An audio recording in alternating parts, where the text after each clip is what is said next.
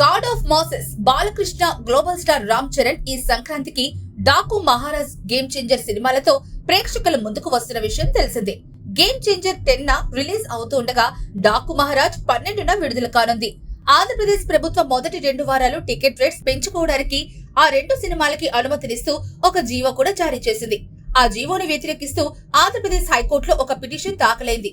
సినిమాకి benefit show అనుమతి ఇవ్వడం వల్ల శాంతి భద్రతా సమస్యలు తలెత్తుతాయి. ఈ విధంగా బెనిఫిట్ షో వేయడం వల్ల హైదరాబాద్ సంధ్యా థియేటర్లో ఒక మహిళ చనిపోయింది. ఈ విషయంపై పోలీసు కేసు కూడా నమోదైందట.